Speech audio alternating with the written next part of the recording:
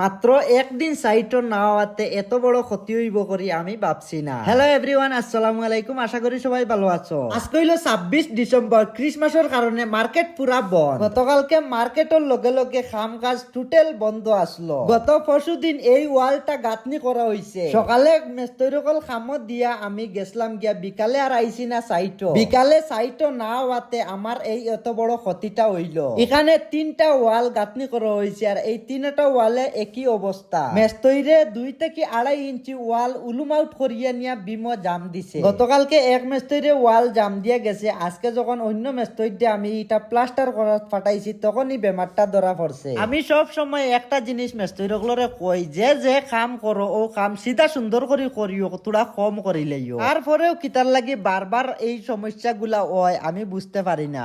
তারপরে এটা ভাঙ্গিয়া আবার নতুন ভাবে করার সিদ্ধান্ত নিলাম। মেস্তইরে কাম বুঝাইয়া দিয়ে আমি আই গেলাম মার্কেটও। তাইতো তার